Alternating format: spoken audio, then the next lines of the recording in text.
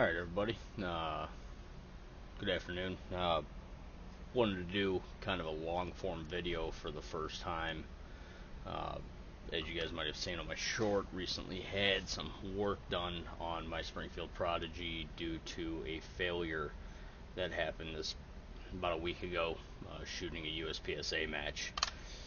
Um, Starting off, I know we haven't really done any formal introductions through our page, but Rob Hunter, one of the owners and co-founders of H&M Ordnance. I myself, Air Force Reserve veteran of 6 years, been shooting my entire life. Grandfather gave me my first 22 at 4 years old, and kind of just evolved through it from there. Recently got really into USPSA shooting. Started off in carry optics, and then ended up buying the Springfield Prodigy and moving into limited and then limited optics class with it. The Prodigy itself I purchased in September of last year. As you can see here, it definitely looks a little worn. Some of that is my own doing on it. I have this bad habit of spray painting really expensive firearms. I think it's fun, especially for stuff that I know I'm keeping, and at the end of the day, it gets ran hard, and if the finish gets worn off, you just spray it again. You actually see in the center, I decided to bring it down to bare metal to see how it would look. I'm actually planning on removing all of the Cerakote and paint on the rest of the slide to bring it all down to bare metal, and then I'll probably do the same thing on the lower frame. Just really enjoy the bare metal look on it.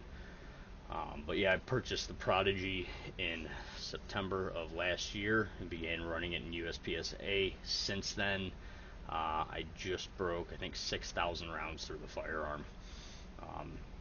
In general, it's been pretty problem-free for me. I've really enjoyed shooting it. It's very flat shooting for what it is, and it's been a wonderful way to get into the 2011 world. I'm sure most of you know, Staccato even itself ends up being kind of almost entry level, with the Staccato P being about $2,500. From there you start getting way north of that. You know, your Nighthawks, things of that nature, Phoenix Trinity, their firearms will be in the $5,000-$6,000 range. And then you can get all the way into some of your Infinity open guns, which I'm seeing secondary on Gunbroker being $15,000-$16,000 for some of those open guns. Just want a real quick one, thinking about it before we move on. Firearm is clear, no magazine in it, so all handling being done right now is safe for all of my YouTube RSOs out there. I will say the owning of this gun hasn't been 100% problem free. The problems that I did experience actually had to do with the AOS mounting system. If I were to have it apart, I'm not going to pull it apart while we're doing this, just because of YouTube's guidelines for manufacturing and modifications and all that they have. But if I were to pull it apart, you would actually see that the mounting screw holes from the AOS plate go all the way through to the bottom of the slide. What I feel started to happen is the CLP would actually get in there, get into those threads of those bolts, and it would start backing out real easy. From there I went to blue Loctite, which was basically like putting nothing on it, and then I went to orange Loctite. At first didn't do the job. I ended up doing a whole 24-hour set and cure on the orange Loctite then before I did anything, and since doing that I have had no issues with it. I am running the Vortex Defender XL on there. This optic has been phenomenal for me since then. I have zero issues with it. On my daily carry, I run a 507 comp, another very great large window competition dot. But this Vortex dot has been absolutely wonderful for me, and actually it seems like most of my friends are starting to run them on their 2011s now too. So looking back last Sunday, the issue I had initially during the match was what's classified as hammer follow. For anybody who might have watched through some of my shorts, you saw on the one I made it to the end of the stage, and in the last 4 targets I put the first round into the one of 4 targets, and then nothing from there. Basically what had happened was every time I would let the hammer forward, or the slide forward, the hammer would then follow it forward. It happened at first on the previous stage, and I ended up going over to the safety table and doing a teardown. One of the other shooters, Jeff, came over. He builds 2011s himself, and the first thing he noticed was on the factory Sear spring, the spring that's in charge of locking the hammer back, had actually bent itself flat, essentially. It should have a little bit more of a bend on it, something about like that, to help keep that hammer locked back in position after you rack the slide. He went ahead, he bent it to where it should have been. I put it back in, and that's when that video that I posted, the short, shows me go through. And I got, I think, 17 rounds in, and that was it. It failed again. So as soon as that happened, I went, put my firearm away, and before I had even gotten back to the stage area, I had the EGW parts ordered for the upgrade. So the 2 things that I ordered was the EGW ignition kit. This ignition kit came with the 19-pound mainspring and the lightened hammer. That way, with the lighter spring, the lighter hammer can still move a little faster and get that firing pin to do its job. And then I also ordered EGW part 10171, which is a titanium hammer strut that replaced the factory MIM hammer strut that came with the firearm. If you were to look at this hammer strut, you can actually see the injection molding marks on it, as well as a lot of the other parts that are replaced with the EGW kit. So when you look at those, you can see those injection molding surfaces. Basically, I was playing with fire, and at some point all of these things were going to fail anyway. I had told myself when the first failure happened, I was just going to order it and do it right. The other thing that was ordered was the stainless steel Sear spring cover. Went with that, add a little bit extra weight, and it's actually got a really, really nice texture on it, so just adding that little bit of extra grip for when you're in there running the match. The EGW magwell was already on the firearm. The Sear cover actually did have to get fitted to allow the magwell to go over top of it.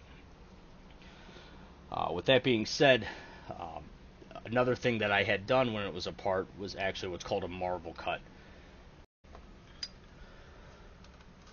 So on the slide, when you take it back, you can actually see, let's see if I get the angle. It might be kind of hard, but in there on the back of the slide is the disconnector. That disconnector has a piece of steel that it runs down underneath the slide. Well, Springfield from the factory, that part of the steel is perfectly flat. Well, what ends up happening is when it comes forward, so right now it's buttery smooth, it would come forward and it would get hung on that flat edge and then kind of jolt forward from there. Went ahead and had them do a marble cut on there, which essentially put a bevel on it. I'll end up breaking to a clip that shows where that moves.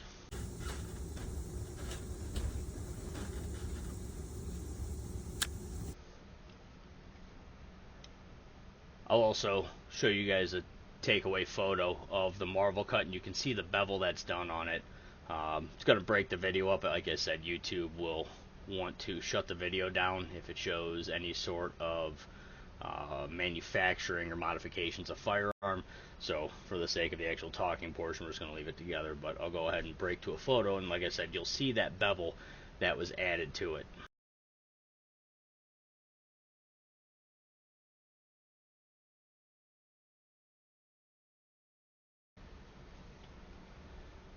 So that bevel, like I said, allows when you fire the round and the slide goes back when it comes forward. Here's my hand catching.